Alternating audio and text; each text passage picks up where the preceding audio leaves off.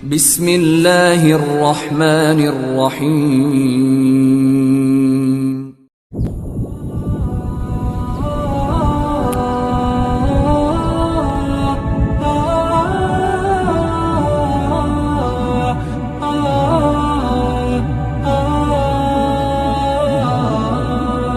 Sungguh menakjubkan, inilah sejarah asal-usul Ka'bah sebelum peradaban manusia ada. Ka'bah adalah bangunan suci yang menjadi kiblatnya umat muslim di seluruh dunia. Setiap tahunnya, ada jutaan umat muslim dari berbagai negeri yang mengunjungi Baitullah untuk menunaikan ibadah haji. Yang bilang amin saya doakan semoga kalian semua diberi Allah rezeki yang melimpah sehingga bisa berhaji dan umroh ke tanah suci ini, amin. Nama lain Ka'bah adalah Al-Bait yang berarti rumah, Baitullah yang berarti rumah Allah, Baitul Haram yang berarti rumah suci, Baitul Atiq yang berarti rumah pusaka atau rumah tua, dan kiblat yang berarti arah. Sejarah Ka'bah telah melewati masa yang sangat panjang. Bahkan, Ka'bah telah ada sebelum bumi dan langit ini diciptakan. Dalam kitab Akhbar Makkah dikisahkan, dahulu Ka'bah asal-usulnya adalah buih yang terapung di air selama 40 tahun sebelum langit dan bumi diciptakan oleh Allah Subhanahu wa Ta'ala. Air itu kemudian dijadikan hamparan bumi.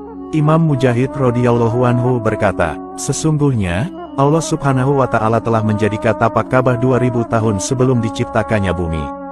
Dan dasar fondasi bangunannya berada di lapisan bumi yang ketujuh. Kota Makkah dipilih Allah sebagai tanah haram atau kota suci adalah sebab adanya Ka'bah di dalamnya.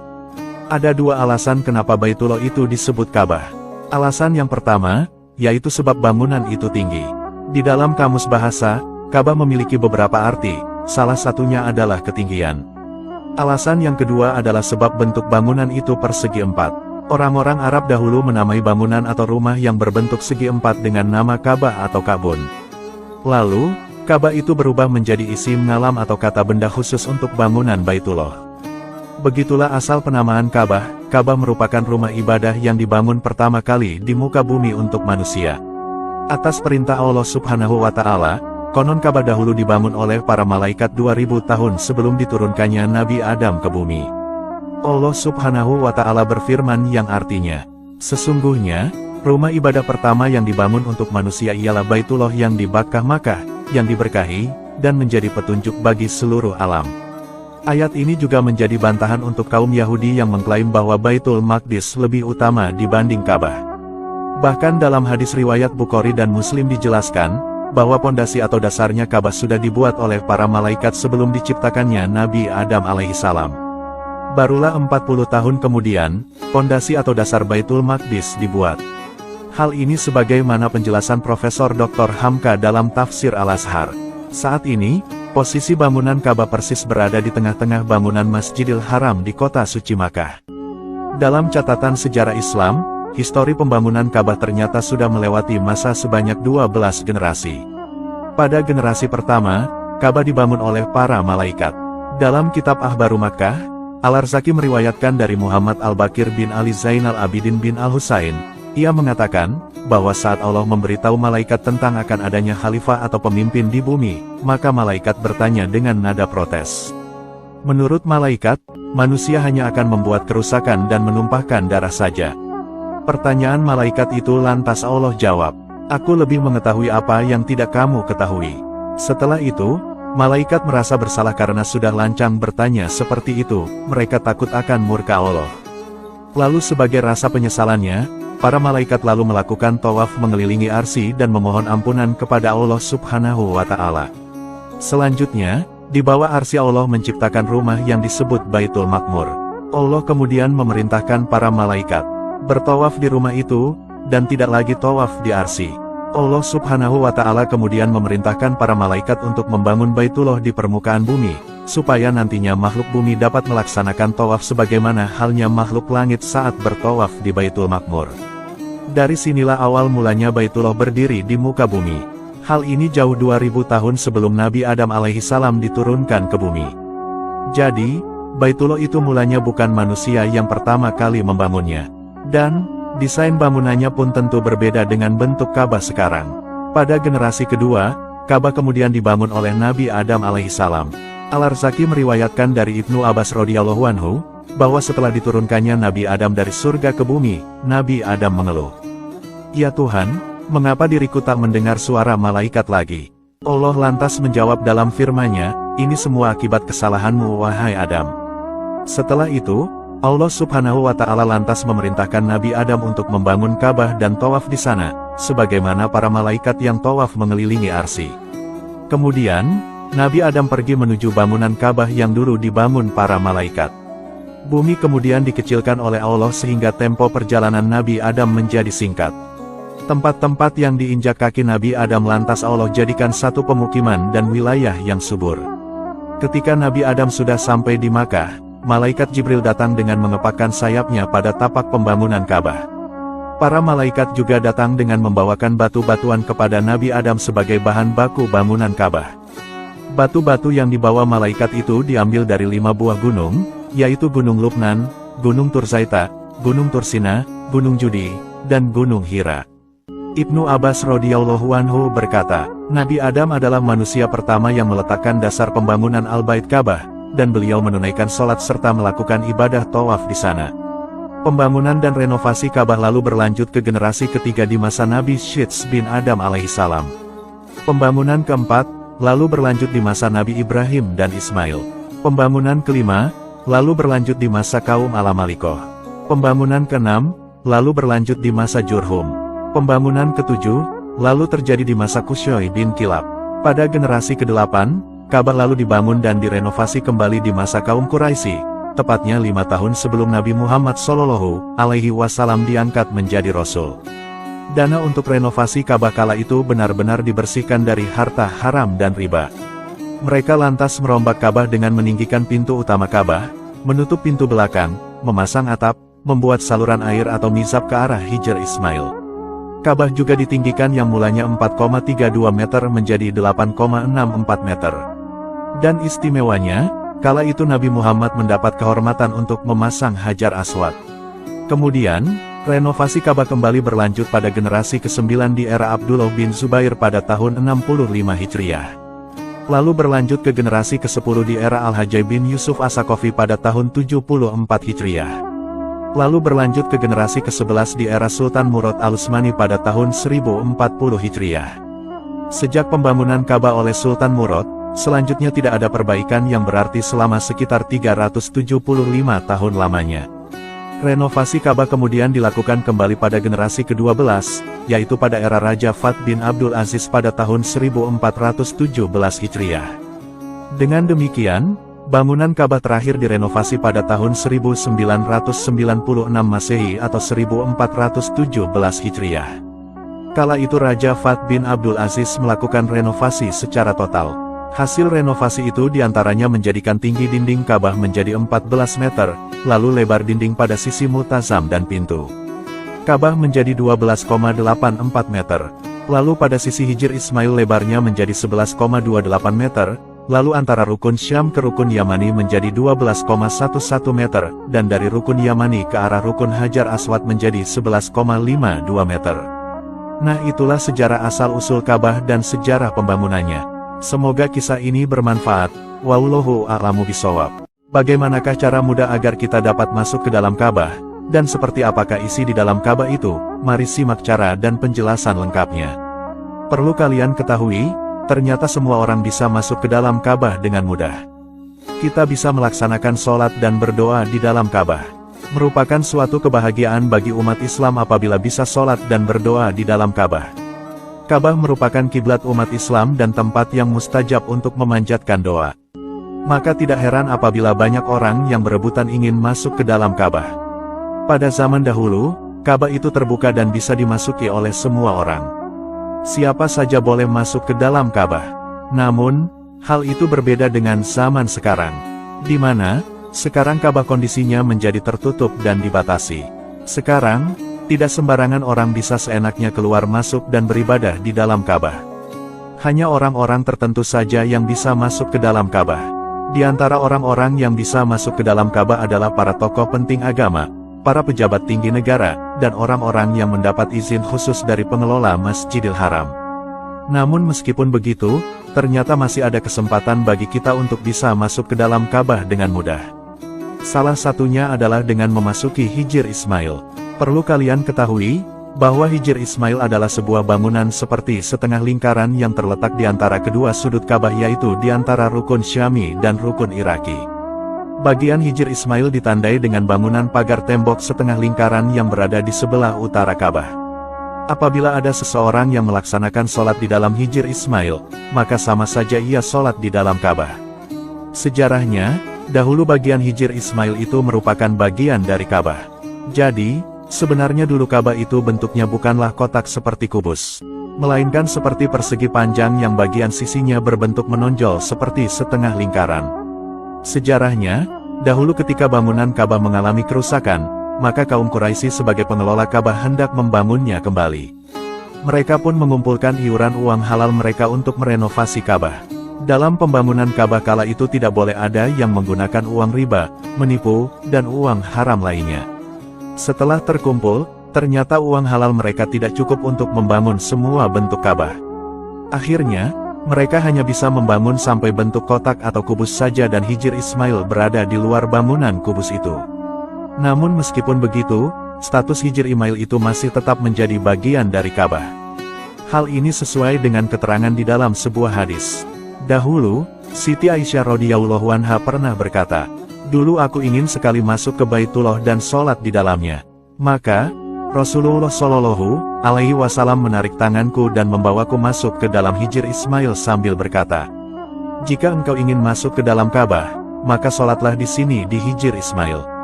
Karena, ini adalah bagian dari Ka'bah. Kaummu menguranginya saat membangunnya kembali.'" Hadis riwayat An-Nasai. Sekarang, cara masuk ke dalam Hijr Ismail pun bisa dilakukan oleh semua orang. Kalian bisa masuk melalui pintu masuk Hijr Ismail yang dijaga oleh petugas Masjidil Haram. Namun, untuk masuk ke dalam Hijr Ismail itu butuh sebuah perjuangan. Kalian harus rela mengantri panjang dan berdesak-desakan cukup lama karena ada petugas yang mengatur jumlah orang yang masuk agar tidak berdesak-desakan di dalamnya. Namun bagi kalian yang punya tekad dan semangat yang kuat, tentu antrian panjang tidaklah menjadi sebuah halangan. Saya doakan semoga kalian semua bisa berhaji dan umroh ke Tanah Suci serta bisa sholat dan berdoa di dalam Ka'bah ini, amin.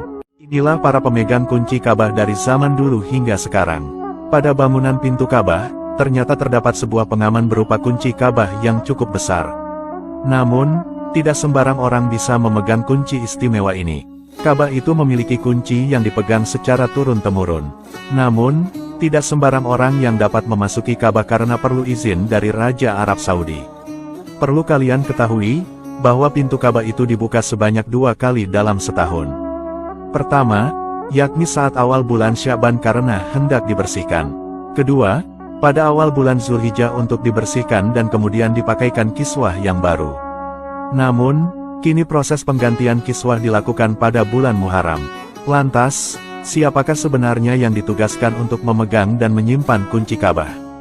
Munawar Khalil dalam bukunya yang berjudul Kelengkapan Tarikh Nabi Muhammad Volume 1 menyebutkan, bahwa Qusay bin Kilab merupakan sosok yang membangun dan memajukan bangsa Arab dan suku Quraisy. Qusay juga merupakan kakek buyut Nabi Muhammad. Qusay menikah dengan Hubah binti Hulail yakni putri dari Hulail bin Hubsiyah yang merupakan pemimpin Bani Huza'ah. Pada masa itu, Bani Huza'ah merupakan Bani yang dipercaya sebagai penjaga Ka'bah. Setelah Hulail meninggal, Qusay ditetapkan sebagai pemimpin Bani Huza'ah dan penjaga Ka'bah, termasuk memegang kunci Ka'bah. Sebagai penjaga Ka'bah, ia membuat aturan agar para peziarah yang datang ke Ka'bah mendapat pelayanan makanan dan air minum. Biaya untuk makanan ini dipungut dari cukai perdagangan dan pajak penduduk Makkah. Ketika usia Qusay telah lanjut dan merasa hidupnya tidak lama lagi, ia berwasiat pada anak laki-lakinya yaitu Abdul Manaf supaya menggantikannya memegang jabatan sebagai pucuk pimpinan kekuasaan di Hijaz dan memegang kunci Ka'bah apabila ia telah wafat. Meskipun Qusay memiliki beberapa anak lelaki, tetapi Abdul Manaf dinilai lebih cerdas, cakap, dan berpengaruh dalam memimpin masyarakat Hijaz. Namun, karena Abdul Manaf mengetahui bahwa pekerjaan yang diwasiatkan ayahandanya bukanlah pekerjaan yang mudah, maka ia mengajak saudaranya yang lain menjadi anggota majelis pemerintahan yang ada di tangannya. Lantas ketika Abdul Manaf telah berumur, ia mewasiatkan pada anaknya yang bernama Hashim untuk melanjutkan peran tersebut. Hashim adalah datuk dari Nabi Muhammad Shallallahu Alaihi Wasallam. Sepanjang riwayat, setelah Abdul Manaf wafat, jabatan pemegang kunci Ka'bah dipegang oleh Hashim. Ketika Hashim hampir wafat, ia juga berwasiat pada putranya yang bernama Abdul Muthalib. Abdul Muthalib adalah kakek Nabi Muhammad Shallallahu Alaihi Wasallam. Kelak sepeninggal Hashim, Abdul Muthaliblah yang memegang pimpinan kekuasaan di Hijaz sekaligus menjadi penanggung jawab Ka'bah. Berlanjut ke masa Nabi Muhammad, tepatnya usai peristiwa Fatu Makkah, Utsman bin Yolha adalah orang yang selanjutnya mewarisi peran sebagai juru kunci Ka'bah. Kala itu Nabi Muhammadlah yang menunjuk langsung amanah ini. Ketika menyerahkan kunci Ka'bah kepada Utsman bin Yolha, Nabi Muhammad lantas bersabda, "Ini kuncimu wahai Utsman, hari ini adalah hari kebajikan dan kesetiaan, ambillah ini wahai Utsman beserta keturunanmu selama-lamanya sepanjang masa, tidak ada yang merebutnya dari kalian kecuali zalim atau penganiayaan." Kemudian, ketika menjelang Utsman wafat, ia mewariskan kunci Ka'bah pada saudaranya yaitu Syaibah. Begitulah seterusnya hingga saat ini kunci Ka'bah diwariskan secara turun-temurun pada anak cucu keturunan Bani Syaibah. Anak cucu keturunan dari Bani Syaibah bertanggung jawab untuk merawat Ka'bah, termasuk membuka dan menutupnya, membersihkan dan mencucinya, serta merawat kiswah atau kain penutup Ka'bah. Kunci Ka'bah itu terbuat dari nikel dan memiliki panjang 35 cm. Kunci tersebut dilapisi dengan emas 18 karat. Kunci itu juga sudah mengalami beberapa perubahan dan LCD terakhir pada November tahun 2013. Perlu diketahui, bahwa bagian dalam Ka'bah dicuci 2 kali dalam 1 tahun dengan menggunakan air zam-zam dan air mawar. Biasanya, prosesi itu dilakukan pada bulan Sya'ban dan Muharram. Adapun secara lebih spesifik, pemegang kunci Ka'bah saat ini adalah Syekh Saleh bin Zainal Abidin Asy'aibi. Semoga kisah dan penjelasan ini bermanfaat. Wallahu a'lamu bishawab. Inilah tangisan jamaah haji dan umroh ketika berdoa di hadapan Ka'bah, dan berdoa di tempat-tempat mustajab. Saat ibadah haji atau umroh, Ka'bah sangat ramai dikelilingi jutaan orang yang ibadah dan bersujud di sekeliling Ka'bah. Umat Islam juga banyak yang mencium-ciumi batu hitam atau Hajar Aswad. Ditambah lagi, ada yang memeluk dinding-dinding Ka'bah sembari berdoa dan menangis. Jamaah haji atau umroh juga terlihat tawaf mengelilingi bangunan Ka'bah yang terbuat dari batu itu. Area Ka'bah merupakan tempat mustajab, dan doa kita akan mudah dikabulkan oleh Allah Subhanahu wa Ta'ala. Maka, penting bagi para jamaah haji dan umroh untuk mengetahui tempat-tempat mustajab di area bangunan Ka'bah. Perlu kalian ketahui, bahwa Ka'bah itu memiliki beberapa bagian. Bagian Ka'bah yang pertama adalah rukun. Yang dimaksud rukun adalah sudut atau pojokan Ka'bah. Ka'bah yang bentuknya segi 4, memiliki 4 rukun atau sudut, yaitu rukun Hajar Aswad, rukun Iraki, rukun Syami Mustajar, dan rukun Yamani. Adapun orang-orang yang melakukan ibadah tawaf, mereka memulainya di rukun Hajar Aswad. Dan di situ pula lah mereka berakhir setelah melakukan 7 kali putaran. Rukun Hajar Aswad sendiri adalah sudut yang berada di sebelah tenggara bangunan Ka'bah, dan pada sudut ini juga letak Hajar Aswad berada. Bagian Ka'bah yang kedua adalah Multazam. Multazam adalah bagian dinding Ka'bah yang letaknya di antara Hajar Aswad dan pintu Ka'bah. Tempat ini sangat mustajab untuk berdoa. Cara berdoanya dengan menempelkan dada, pipi, lengan, dan kedua belah tangan berpegangan pada sisi-sisi dinding Ka'bah. Ibnu Abbas radhiyallahu anhu meriwayatkan bahwa Rasulullah Shallallahu Alaihi Wasallam bersabda, antara rukun Hajar Aswad dan pintu Ka'bah disebut Multazam. Tidak ada orang yang berdoa di tempat itu kecuali Allah akan mengabulkannya. Hadis riwayat Baihaqi. Bagian Ka'bah yang ketiga adalah Hijr Ismail. Hijr Ismail yaitu area terbuka di sebelah kanan Ka'bah yang dilingkari tembok Al-Hatim. Dan itulah kadangkala Hijr Ismail disebut juga dengan Al-Hatim sebab lokasinya memang sama. Lokasi tembok Hijr Ismail berada di sebelah utara Ka'bah. Bentuknya setengah lingkaran. Hijr Ismail merupakan bagian Ka'bah yang lebarnya 3 meter dari dinding kanan Ka'bah, tepatnya di bawah mizab atau talang emas Ka'bah. Hijr Ismail mengandung banyak keutamaan dan menjadi tempat mustajab untuk berdoa. Pahala sholat di dalam Hijr Ismail, sama nilainya dengan sholat di dalam Ka'bah.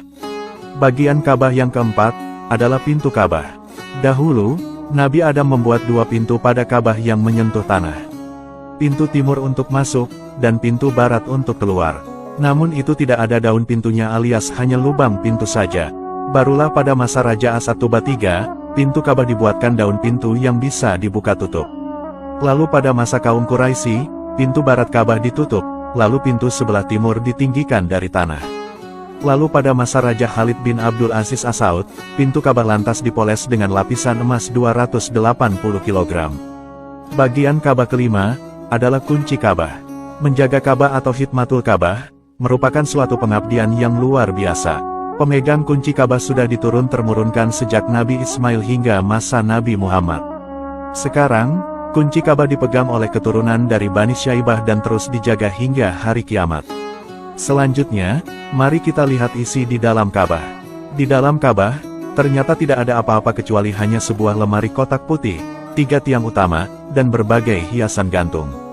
Lemari kotak putih ini adalah tempat menyimpan berbagai macam parfum yang nantinya akan dicampur dengan air zam-zam untuk mencuci atau membersihkan bagian dalam Ka'bah. Kemudian, ada lantai berwarna putih yang panjang dan ukurannya berbeda dari yang lainnya.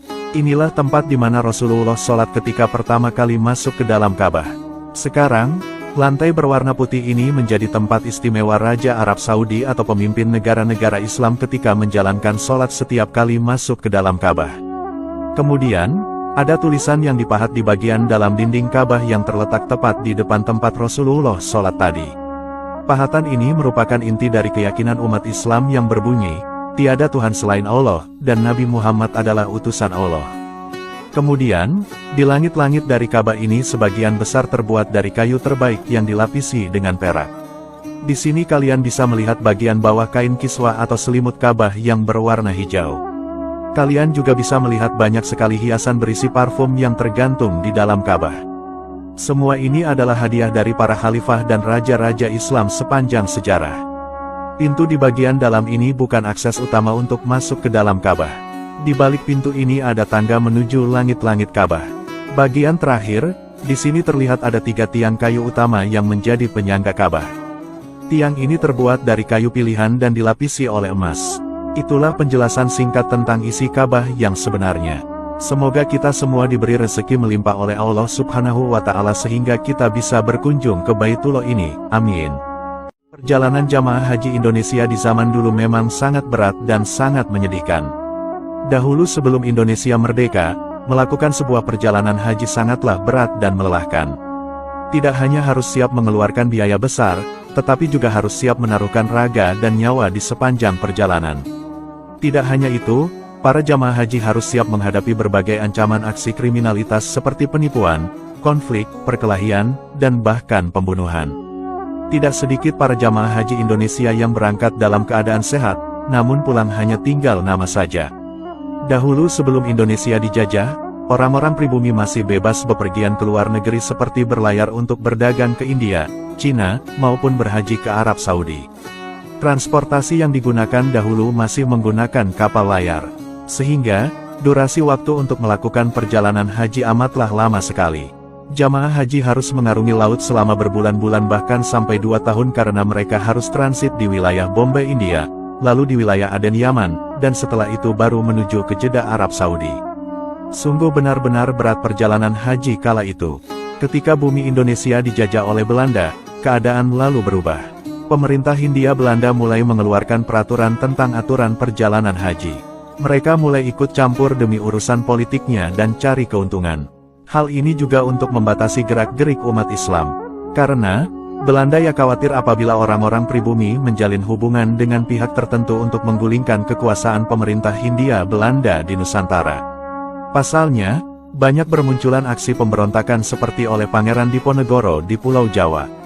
Khusus ordonansi atau peraturan pemerintah tentang perjalanan haji dikeluarkan pada tahun 1825.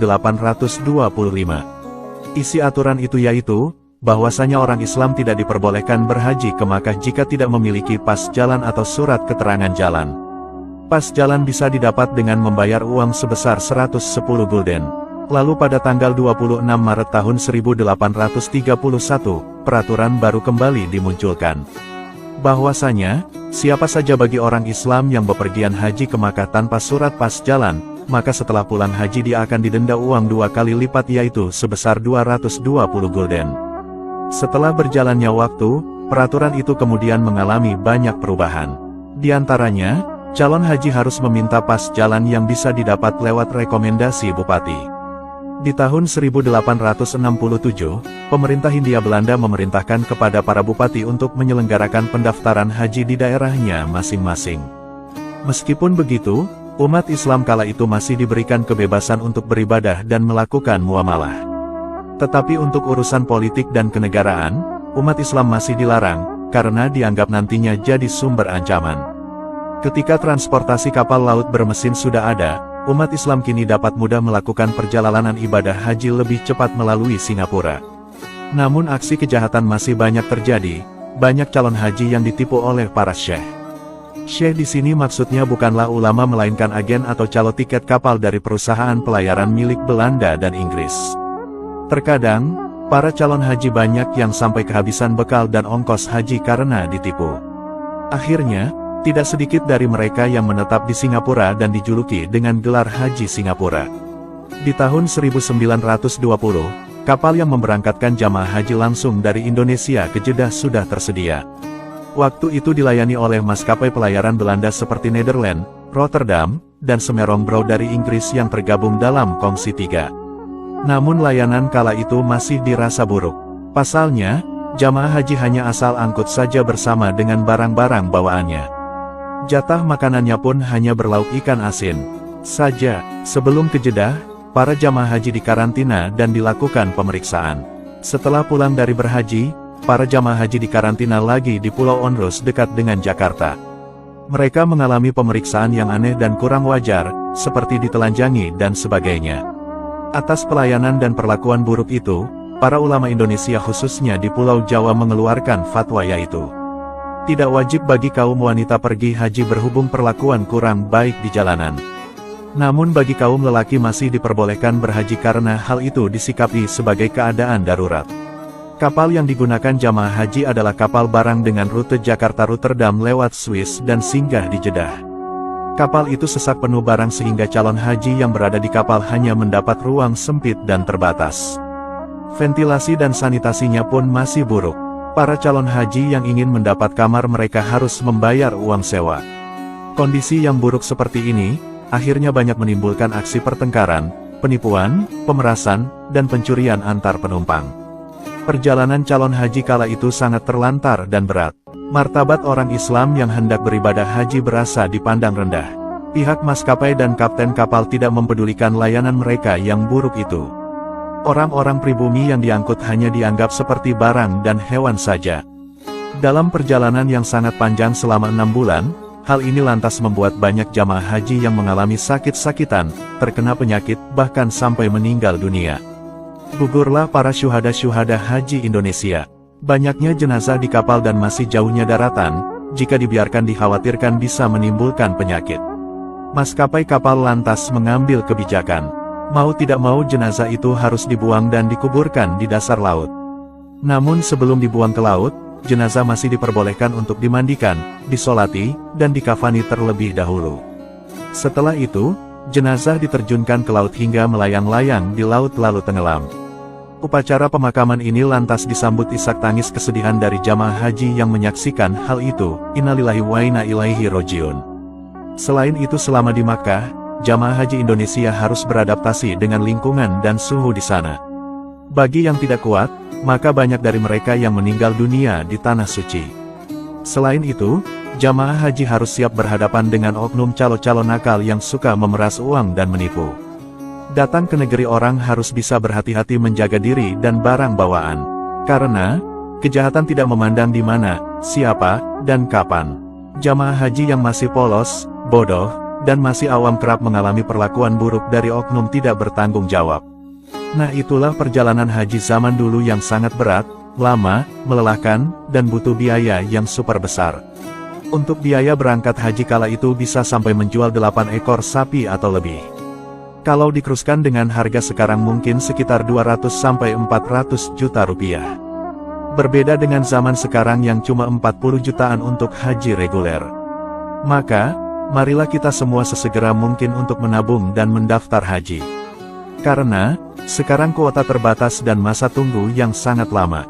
Janganlah dirasa berat biayanya. Mencari dan menabung uang 25 juta untuk daftar haji itu sangat mudah dibanding biaya dan perjuangan haji zaman dahulu. Semoga kita semua segera diberikan rezeki oleh Allah Subhanahu wa Ta'ala agar bisa berhaji, umroh, dan berziarah ke kota suci Makkah dan Madinah. Amin. Sungguh menyedihkan, inilah tangisan dan jeritan ratusan jamaah haji Indonesia ketika pesawat mereka jatuh dan hancur. Tragedi ini merupakan tragedi perjalanan udara pertama yang sangat menyedihkan bagi jamaah haji asal Indonesia. Sudah dari dahulu kala, perjalanan haji Indonesia termasuk perjalanan panjang yang penuh resiko besar. Mengingat letak geografisnya yang amat jauh dari kota suci Makkah, melakukan perjalanan via laut maupun darat sama-sama memiliki resiko besar. Dahulu sebelum dan sesudah kemerdekaan Indonesia, jamaah haji Indonesia lebih banyak pergi haji naik kapal jalur laut. Meskipun butuh waktu berbulan-bulan untuk sampai di kota Makkah, tetapi biaya yang dikeluarkan cukup murah. Untuk penerbangan udara sendiri baru dimulai sekitar tahun 1952. Namun, kala itu biaya naik pesawat masih lebih mahal daripada naik kapal. Ongkos naik kapal hanya Rp7.500, sedangkan naik pesawat mencapai Rp16.600. Jadi, dahulu jemaah haji lebih banyak yang memakai kapal dibanding naik pesawat. Sampai era tahun 1960 Masehi, naik haji pakai kapal laut masih menjadi primadona karena harganya murah. Namun pada era tahun 1970, perjalanan haji pakai pesawat lebih digemari. Hal ini karena selain lebih cepat, juga harganya tidak jauh berbeda dengan kapal laut. Lalu pada tahun 1974, tarif haji pakai pesawat hanya dipatok Rp560.000, sedangkan haji pakai kapal laut sebesar Rp556.000. Selisihnya sangat tipis, hanya cuman selisih Rp4.000 saja. Zaman sekarang uang segitu mungkin hanya bisa buat beli cilok, tapi zaman dahulu uang Rp4.000 itu nilainya sangatlah besar. Pada era tahun 1970-an, perjalanan haji jalur udara menjadi semakin populer di Indonesia. Akhirnya, di tahun 1979, perjalanan haji jalur laut dihentikan oleh pemerintah Indonesia. Hal ini karena PT Arafat selaku penyedia layanan perjalanan haji jalur laut bangkrut dan ongkos naik kapal lebih mahal dari pesawat.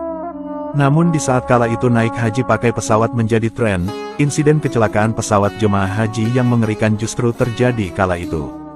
Peristiwa ini menjadi penerbangan jamaah haji terburuk sepanjang sejarah penerbangan haji Indonesia. Pada bulan Desember tahun 1974 yang bertepatan dengan musim haji, para calon jamaah haji semakin banyak yang mendaftar dan berangkat. Namun karena jumlah calon haji membengkak, lantas mengakibatkan pemerintah Indonesia kekurangan armada pesawat untuk angkutan haji tahun itu. Pihak maskapai Garuda Indonesia lalu mencari armada pesawat tambahan. Garuda Indonesia kemudian mencarter beberapa pesawat milik maskapai lainnya. Di antara pesawat yang dicarter adalah pesawat Martin Air jenis DC-855F milik maskapai penerbangan asal Belanda yaitu Martin Air.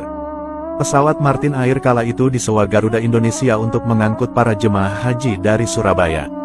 Setidaknya ada 182 calon jemaah haji dan 9 awak pesawat yang menaiki pesawat Martin Air.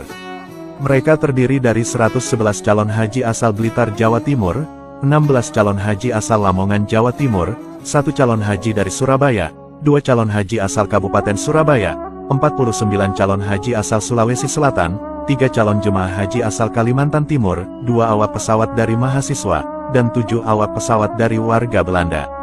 Mereka semua lalu menaiki pesawat dan terbang bersama Martin Air DC-8. Para jamaah haji Indonesia berangkat dengan rasa bahagia, karena pada tahun itu mereka telah diberi rezeki harta dan kekuatan oleh Allah Subhanahu wa Ta'ala untuk bisa berangkat ke Tanah Suci. Tetesan air mata haru rasanya tidak bisa terbendung untuk bisa berhaji dan berziarah ke Baitullah serta makam Rasulullah Shallallahu Alaihi Wasallam. Perjalanan haji waktu itu tidaklah membutuhkan biaya yang murah. Para calon jemaah haji harus menabung dan mengumpulkan bekal untuk biaya perjalanan dan hidup selama di Arab Saudi. Kala itu, penerbangan dari Indonesia belum ada yang langsung terbang dari Indonesia menuju ke Makkah. Pesawat sementara harus transit dahulu ke negara lain untuk mengisi bahan bakar terlebih dahulu.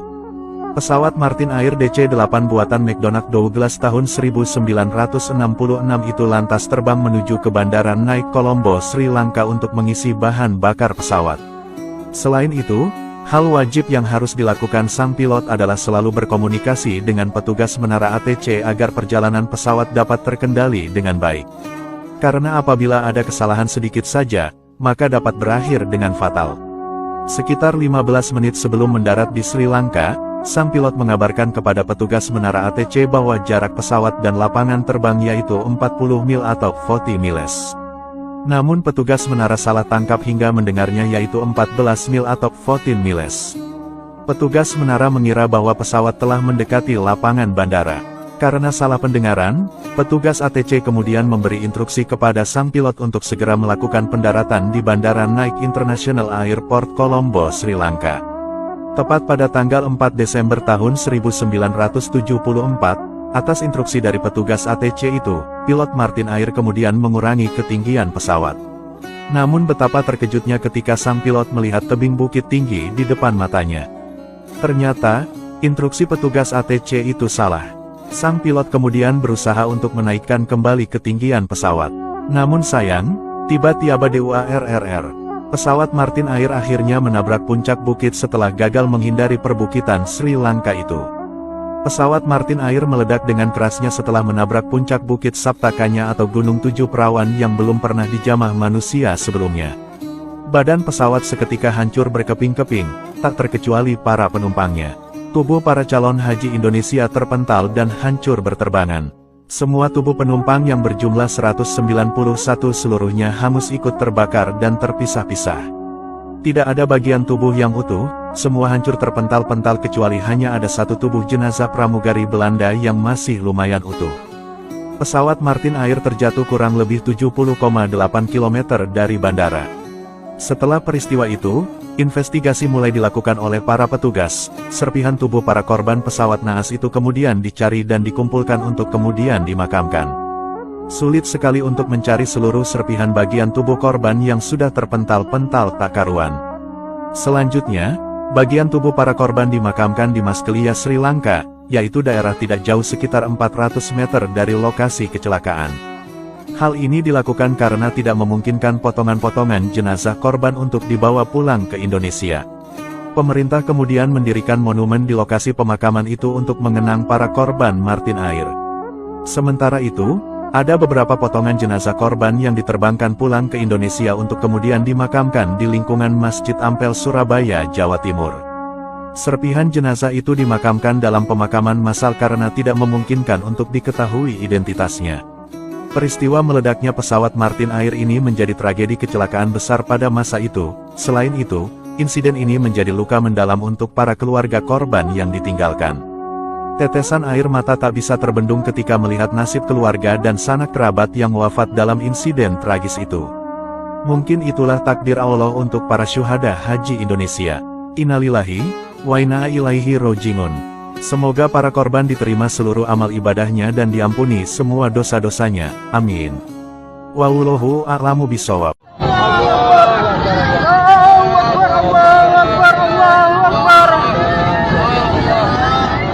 Kisah mengharukan korban selamat jatuhnya pesawat haji Indonesia DC-8 Icelandic Airlines. Tragedi jatuhnya pesawat jamaah haji Indonesia dahulu benar-benar menorehkan kesedihan mendalam bagi para jamaah haji. Setelah 4 tahun jatuhnya pesawat haji Indonesia Martin Air tahun 1974 di Sri Lanka, kecelakaan naas kembali terjadi lagi pada tanggal 15 November tahun 1978. Insiden ini menimpa para jemaah haji Indonesia asal Kalimantan Selatan saat perjalanan pulang ke Indonesia. Namun sedihnya, kala itu cuaca langit terpantau buruk. Lampu ancang ALS juga mengalami gangguan dan pilot gagal menganalisa ketinggian pesawat. Kemudian, tiba-tiba pesawat menabrak pucuk pohon kelapa di Katunayake, Sri Lanka dan akhirnya jatuh di perkebunan sawit hingga terpecah menjadi 3 bagian. Setidaknya, ada 183 penumpang dan kru dinyatakan meninggal dunia. Namun atas kuasa Allah, ada 79 orang yang berhasil selamat. Jeritan tangisan disisipi takbir dan zikir terucap kuat dari para jemaah haji yang selamat. Rasa syok jelas terasa, namun rasa syukur atas keselamatan dari musibah ini adalah benar-benar atas pertolongan Allah Subhanahu wa Ta'ala. Awalnya, pesawat DC-8 Icelandic Airlines Flight 001 dicarter Garuda Indonesia untuk menerbangkan jamaah haji asal Kalimantan Selatan via embarkasi Surabaya. Pesawat itu mengambil rute Jeddah Surabaya dan direncanakan transit di Katunayake Colombo International Airport Sri Lanka untuk mengisi bahan bakar dan mengganti kru. Kisah pilu jatuhnya pesawat haji di Katunayake Sri Lanka, diungkapkan oleh korban jemaah haji yang selamat yang bernama Hajah Trimurti. Beliau berangkat ke Baitullah bersama anggota keluarganya yakni suami Haji Rustam Effendi, ibu kandung Hajah Arbiah, bibi dari ibu atau nenek Hajah Jawiyah. Turut pula sepupunya Haji Ainuddin beserta istri, dan saudaranya yang lain yaitu Haji Kurdi. Menurut Hajah Trimurti, beliau diajak oleh ibunya yang sebelumnya telah menunaikan ibadah haji dan jika dihitung sampai tahun 1978 berarti sudah 5 kali naik haji. Rombongan keluarga beliau tengah bersiap untuk kembali ke tanah air. Tak ada firasat apapun, beliau sempat diminta oleh ibunya untuk tukar pakaian sehingga mengenakan baju kurung dan kain. Di pesawat, beliau bersama suami dan seorang muhrim duduk di belakang, sedangkan ibunya di bagian depan. Ketika hendak tidur, belum lagi terlelap sudah melihat ada percikan api di depan dan pesawat jatuh. Awalnya diduga karena overload, namun selanjutnya tak mengingat apa-apa lagi. Hingga menyadari bahwa beliau telah berada di luar dalam keadaan terikat di kursi dan di posisi terbalik. Dalam kondisi terluka, beliau berhasil sampai ke pemukiman warga untuk meminta pertolongan. Bahkan sempat meminum air kelapa, sebelum akhirnya diantar ke rumah sakit, dan bertemu dengan sepupu beliau yang dalam kondisi trauma yaitu Haji Ainuddin. Hajah Trimurti termasuk satu dari 79 korban selamat dalam jatuhnya DC-8 Icelandic LL001. Namun sayangnya, pesawat berusia 10 tahun itu telah merenggut nyawa suami, ibu, dan nenek beliau. Kesaksian korban tragedi Colombo 1978 berikutnya diungkapkan Hajah Rasidah. Selama di Tanah Suci, beliau tidak punya firasat apapun kecuali sekali saat di Madinah sempat mimpi pulang dipeluk cucu dalam keadaan memakai pakaian ihram. Ketika bersiap pulang ke tanah air, beliau mendapati pesawat dalam kondisi tua dan butut. Padahal pesawatnya masih sama dengan yang ditumpangi beliau bersama sang suami Haji Tabrani ketika berangkat menuju Saudi. Kondisi pesawat yang usang ini, mengingatkan kita pada sebuah film Hollywood berjudul Final Destination. Kesaksian korban selamat tragedi Colombo berikutnya ialah Haji Tabrani Basri. Beliau menuturkan ketika hendak kembali ke tanah air, penerbangan mengalami delay hingga 10 jam. Kemudian ada hal lain yakni tertinggalnya 5 pramugari Garuda Indonesia yang seharusnya ikut flight LL001. Tambahan info pesawat DC-8 milik Icelandic Airlines itu disewa Garuda Indonesia untuk penerbangan haji. Beliau bersama istri sedianya duduk di barisan depan, namun karena harus terpisah jadi pindah ke tengah. Kala itu pesawat berangkat sudah malam, maka otomatis melewatkan sholat maghrib dan memutuskan untuk jamak takhir dengan isya karena sudah dalam kondisi lelah setelah delay 10 jam tadi. Meski sang istri meminta untuk sholat maghrib selagi masih ada waktu di pesawat. Apalagi setelah bertanya kepada kopilot diminta agar sholat ketika transit di Colombo. Jamaah lain yang awalnya mengobrol perlahan mulai terlelap, termasuk beliau sendiri. Hingga, beliau bermimpi dan mengalami mimpi aneh, yaitu sholat di Masjid Nabawi dan di sekitarnya ada orang sedang mengumpulkan jenazah. Di mana ada jenazah dalam kondisi utuh dan ada pula yang sudah dalam bentuk potongan. Tak lama kemudian beliau terbangun, lantas timbul rasa takut kepada Allah. Hingga, beliau berubah pikiran untuk mengerjakan sholat di pesawat saja. Beliau lantas mengajak istri dan adiknya untuk tayamum lalu sholat isya dan maghrib di jamak takhir. Selepas sholat, mereka lantas melanjutkan doa dan zikir. Pada saat itulah kecelakaan terjadi. Pesawat memang sudah mendekati Katunayake Colombo International Airport namun terhentak dan diikuti suara nyaring karena membentur sesuatu. Istri beliau menambahkan, bahwa kondisi tersebut seperti berada di dalam kaleng yang diguncang-guncangkan. Teriakan takbir dan minta tolong terdengar. Mereka menduga cuaca buruk membuat pesawat terhentak dan tak mungkin diterbangkan lagi. Pesawat jatuh dan baru berhenti setelah meninggalkan bagian ekor yang terlepas. Pasutri itu kemudian bisa meloloskan diri dari kebakaran dan ledakan dahsyat. Namun tak mengetahui nasib adik dari Haji Tabrani yang diduga ikut menjadi korban tewas bahkan telah tiada sebelum terjadi ledakan karena mengidap penyakit asma. Mereka berhasil menjauh dari pesawat dan ditolong warga sekitar. Haji Tabrani dan istri sempat terpisah karena mengalami luka, istri beliau dibawa ke rumah sakit lebih dulu untuk mendapat pertolongan. Sementara beliau langsung ke hotel karena tak mengalami cedera. Setelahnya, Pasutri itu lantas kembali bertemu di hotel. Kesaksian korban tragedi Kolombo berikutnya ialah seorang wartawan Banjarmasin Pos bernama Abikarsa. Beliau dan istri kala itu berada dalam pesawat nahas itu. Beliau menuturkan, sebelum musibah, mendadak ada pemberitahuan tanda bahaya. Mula-mula pesawat tergoncang keras, perut pesawat menyentuh pucuk pepohonan, lalu jatuh. Goncangan dan hempasan begitu keras, rasanya sulit bisa hidup. Teriakan dan rintihan terdengar dari berbagai sudut. Beliau buru-buru membuka sabuk pengaman, lalu mengajak sang istri keluar. Kursi mereka berdua di sebelah kiri, di bagian ekor dekat pintu darurat. Api saat itu mulai membesar di sayap kanan. Beliau mencoba memecah jendela tapi gagal. Lalu, istri beliau melihat ada lubang di belakang. Ternyata ekor pesawat putus dan perutnya terbuka lebar. Dalam waktu singkat, beliau berusaha mendorong pecahan pesawat lalu keluar membimbing sang istri. Baru 2 meter, mereka lalu terperosok di antara puing pesawat. Untung bisa lepas. Ledakan pertama terdengar, mereka bertiarap lalu lari. Baru sekitar 10 meter, ledakan terjadi lagi dan mereka tiarap lagi. Baru setelah itu mereka menuju ke rumah penduduk terdekat. Beberapa menit kemudian polisi, ambulans, dan pemadam kebakaran datang.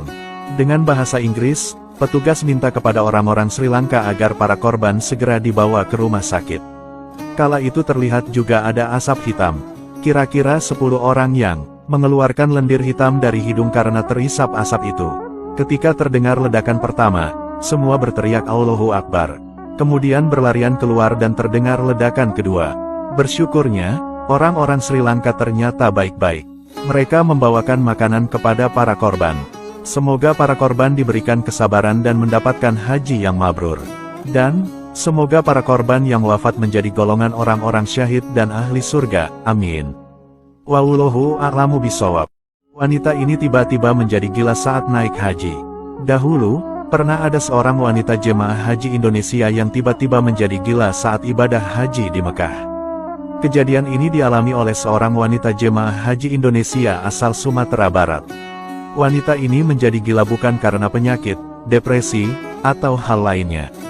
Ternyata, penyebabnya karena sesuatu hal yang dialami wanita tersebut saat berada di Mekah. Wanita ini merupakan seorang ibu rumah tangga berusia 55 tahun yang mendapat rezeki bisa menunaikan ibadah haji ke Tanah Suci Mekah. Sebelum berangkat haji, dia telah mempersiapkan segala sesuatunya mulai dari dokumen penting, pakaian, uang saku, dan sebagainya. Bahkan, dia juga sempat melakukan syukuran dan mengundang warga di kampungnya seperti kebanyakan orang Indonesia sebelum berangkat haji ke Mekah. Syukuran ini dilakukan untuk memohon doa restu dari keluarga dan tetangganya agar diberi kelancaran saat di Tanah Suci. Singkat cerita, akhirnya hari keberangkatan pun tiba. Keluarga wanita ini mengantarnya ke tempat pemberangkatan calon ibadah haji di kotanya. Sesampainya di sana, wanita parubaya ini segera bergabung dengan rombongan yang berasal dari kota tempat tinggalnya. Rombongan ini kemudian berangkat ke bandara dengan menggunakan bus.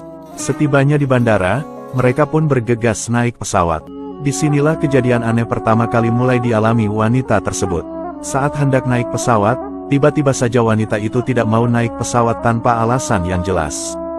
Dia juga meronta-ronta dan berteriak histeris. Tentu saja hal ini membuat semua orang bingung. Petugas haji dibantu awak pesawat lalu berusaha membujuknya. Akan tetapi, upaya tersebut sama sekali tidak berhasil. Lantaran tidak mempan dibujuk, petugas haji pun lantas menggunakan cara lain. Petugas dengan terpaksa memberikan suntikan bius kepada wanita itu hingga akhirnya pingsan. Wanita ini lalu diangkat masuk ke dalam pesawat.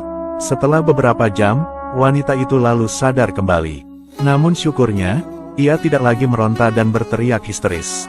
Wanita ini tetap tenang hingga pesawat mendarat dengan selamat di Jeddah, Arab Saudi. Setelah sampai di Jeddah, rombongan jemaah haji pun segera turun satu persatu.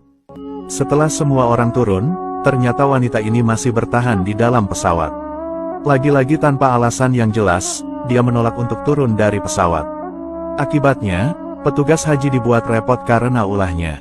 Petugas haji lalu membujuknya agar mau turun. Namun, wanita itu tetap bersikukuh tidak mau turun dan bertahan di tempat duduknya. Bahkan, dia kembali meronta dan berteriak histeris. Petugas pun bingung kenapa wanita tersebut seperti itu. Karena mengejar waktu lantaran rombongan harus berangkat ke penginapan, petugas terpaksa kembali memberikan suntik bius kepada wanita itu. Seketika wanita tersebut kembali tidak sadarkan diri. Kemudian, ia lantas digotong oleh petugas dan diturunkan dari pesawat untuk dibawa naik bus bersama rombongan menuju penginapan di Mekah. Setibanya di tempat penginapan, para rombongan langsung menempati kamar masing-masing. Begitu juga dengan wanita tersebut, dia dibawa ke kamarnya oleh petugas karena masih pingsan. Setelah sadar dari pingsan, kondisinya mulai membaik karena sudah mau makan, minum, dan mengobrol. Namun, lagi-lagi kejadian aneh dialami wanita itu. Kejadian dialaminya ketika waktu sholat tiba dan terdengar suara azan dari Masjidil Haram. Bagi para jemaah haji, saat terdengar azan maka langsung bergegas ke Masjidil Haram. Lain halnya dengan wanita tersebut, ketika azan berkumandang dia malah langsung masuk ke kamar mandi. Di dalam kamar mandi, wanita ini melakukan hal aneh. Entah dari mana didapatnya kaleng biskuit kosong, dia berulang kali memukul kaleng tersebut dengan kerasnya. Jemaah haji yang tak mau ketinggalan waktu sholat, lantas memilih membiarkan wanita itu memukul kaleng di dalam kamar mandi. Apalagi, para jemaah sebelumnya sudah tahu kalau dia agak aneh, karenanya, jemaah memaklumi tingkah laku wanita tersebut. Kejadian memukul kaleng kosong di kamar mandi yang dilakukan wanita itu ternyata tidak hanya sekali. Setiap kali azan berkumandang, dia mengulangi tingkah anehnya itu. Setelah jemaah selesai melaksanakan sholat dan kembali ke penginapan, dia lalu keluar dari kamar mandi, karenanya, wanita tersebut tidak pernah melakukan sholat berjemaah ke Masjidil Haram.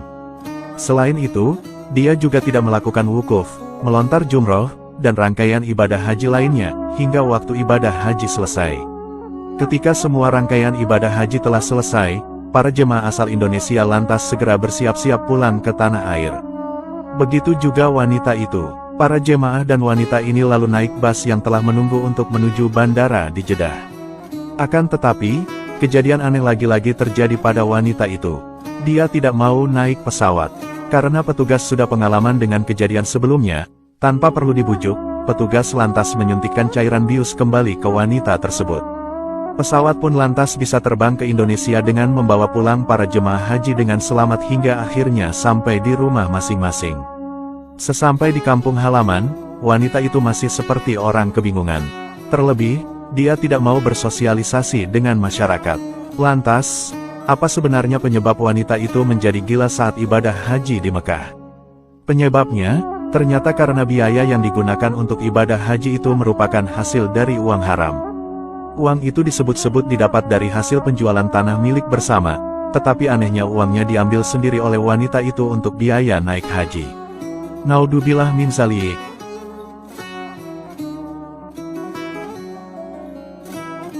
Wanita jamaah haji ini tiba-tiba diazab Allah sampai gosong dan koma saat berada di tanah suci. Saat ini, banyak sekali orang-orang yang berhaji tetapi hanya untuk tujuan kesombongan dan pamer belaka. Mereka selalu bangga bila pulang dari tanah suci mendapat gelar Pak Haji dan Ibu Hajah. Bahkan, mereka ada yang memiliki kebiasaan buruk dan bisa dibilang Islamnya hanya Islam KTP. Mereka ada yang tidak pernah sholat, puasa, zakat, suka mabuk-mabukan dan bermaksiat, tetapi tiba-tiba nekat naik haji. Orang-orang yang suka bermaksiat dan berhaji untuk tujuan buruk, kerap kali banyak mendapatkan kesialan selama ibadah haji di tanah suci. Ada sebuah kisah nyata yang diceritakan oleh salah satu ustazah pembimbing ibadah haji. Beliau selama menjadi pembimbing jemaah haji dan umroh di tanah suci, banyak menjumpai kisah dan pengalaman yang menarik dan yang buruk dari para jamaah. Dikisahkan, dahulu ada seorang wanita jamaah haji yang berusia 30-an tahun. Setibanya wanita tersebut dan rombongan haji di Bandara Udara Jeddah, semuanya terlihat riang sebab ini adalah pertama kalinya mereka melaksanakan haji. Setelah itu, mereka lantas menaiki bis untuk menuju ke Madinah. Semuanya alhamdulillah berjalan lancar hingga mereka sampai di kota Madinah. Para jamaah haji lalu semuanya turun dari bus.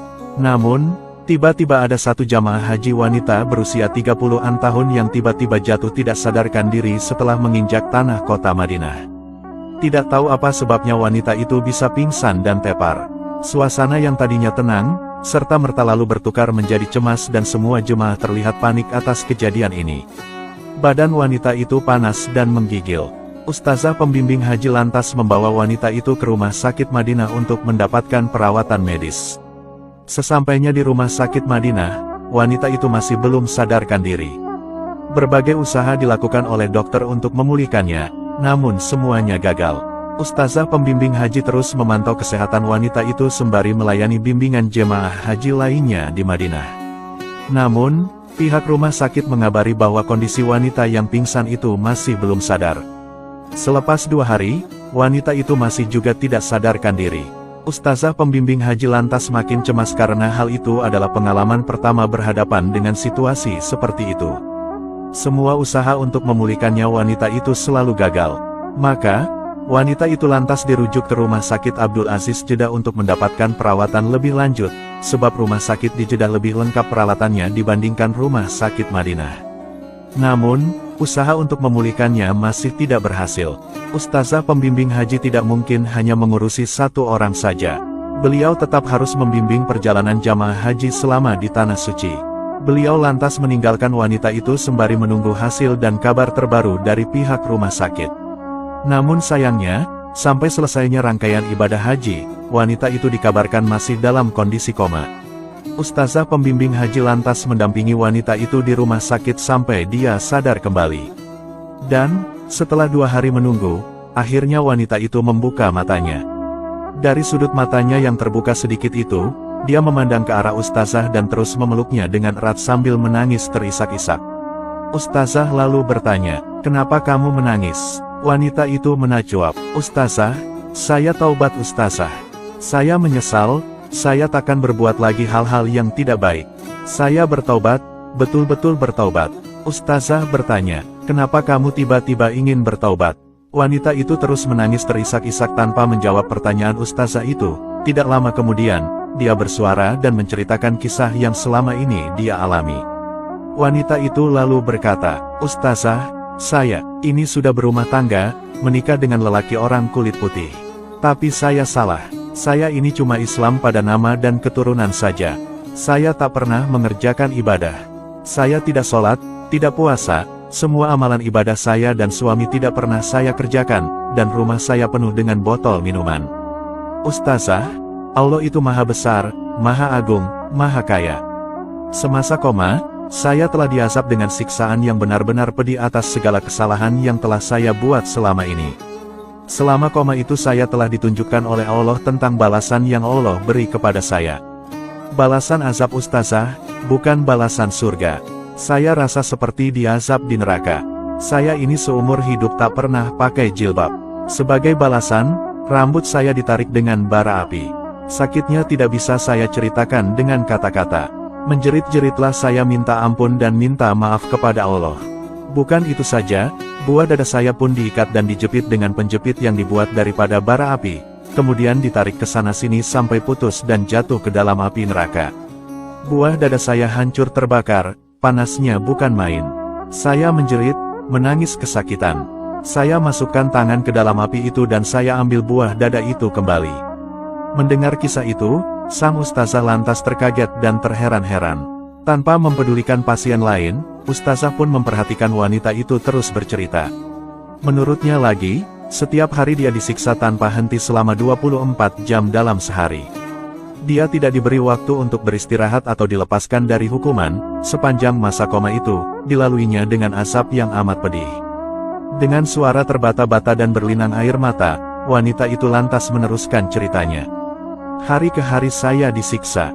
Bila rambut saya ditarik dengan bara api, sakitnya terasa seperti kulit kepala yang ikut terlepas. Panasnya juga menyebabkan otak saya terasa seperti menggelegak. Azab itu pedih yang amat sangat dan tidak bisa saya ungkapkan." Sambil bercerita, wanita itu terus meraung dan menangis terisak-isak. Terlihat dia betul-betul menyesal atas semua kesalahannya. Wanita itu lantas melanjutkan kisahnya kepada ustazah. "Ustazah, buat saya Islam itu hanya nama saja, tapi saya minum alkohol, saya main judi dan segala macam dosa besar. Karena saya suka makan dan minum yang diharamkan Allah, semasa tidak sadarkan diri itu saya telah diberi makan buah-buahan yang berduri tajam. Buah yang tak berisi melainkan hanya duri-duri saja, tapi saya sangat ingin memakannya karena saya benar-benar merasa lapar. Bila buah-buah itu ditelan, maka duri-durinya menusuk kerongkongan saya, dan bila sampai ke perut, maka terasa menusuk perut saya. Sedangkan, Jari yang tertusuk jarum pun terasa sakitnya. Setelah buah-buah duri itu habis, saya diberi makan berupa bara-bara api. Pada saat saya masukkan bara api itu ke dalam mulut, seluruh badan saya rasanya seperti terbakar hangus. Panasnya cuma Allah saja yang tahu. Api yang ada di dunia ini tidak akan sama dengan panasnya. Setelah memakan bara api itu, saya meminta minuman. Tetapi, saya dihidangkan dengan minuman yang dibuat dari nanah. Baunya cukup busuk, saya terpaksa meminumnya sebab saya sangat merasa haus. Semua terpaksa saya lalui, tak pernah saya alami sepanjang hidup di dunia ini. Semasa di azab itu, saya merayu memohon kepada Allah supaya saya diberikan nyawa sekali lagi untuk hidup sekali lagi. Tak berhenti saya memohon. Saya berjanji tidak akan mengulangi kesalahan saya. Saya berjanji tidak akan ingkar atas perintah Allah dan akan jadi umat yang soleh. Saya berjanji kalau saya dihidupkan kembali, saya akan perbaiki segala kekurangan dan kesalahan saya dahulu. Saya akan mengaji, akan sholat, akan puasa yang selama ini saya tinggalkan. Dan akhirnya, Allah Subhanahu wa Ta'ala lantas menyadarkan wanita itu kembali. Kisah ini tentu bikin ustazah tertakjub ketika mendengarnya. Wanita itu lantas menangis dan berjanji untuk bertaubat kepada Allah Subhanahu wa Ta'ala. Sejak saat itu, wanita tersebut benar-benar berubah. Selama masih di tanah suci, wanita itu lantas rajin melaksanakan ibadah di masjid dan berdoa memohon ampunan kepada Allah. Ia suka pergi waktu maghrib dan pulang ke hotel setelah sholat subuh. Dahulu dia tidak suka berhijab, kini wanita itu mau menutup auratnya karena takut terkena azab Allah. Bahkan, suaminya dan keluarganya akhirnya mendapat bimbingan dan hidayah dari Allah untuk kembali ke jalan yang benar. Semoga kisah ini bermanfaat. Wallahu a'lamu bishawab.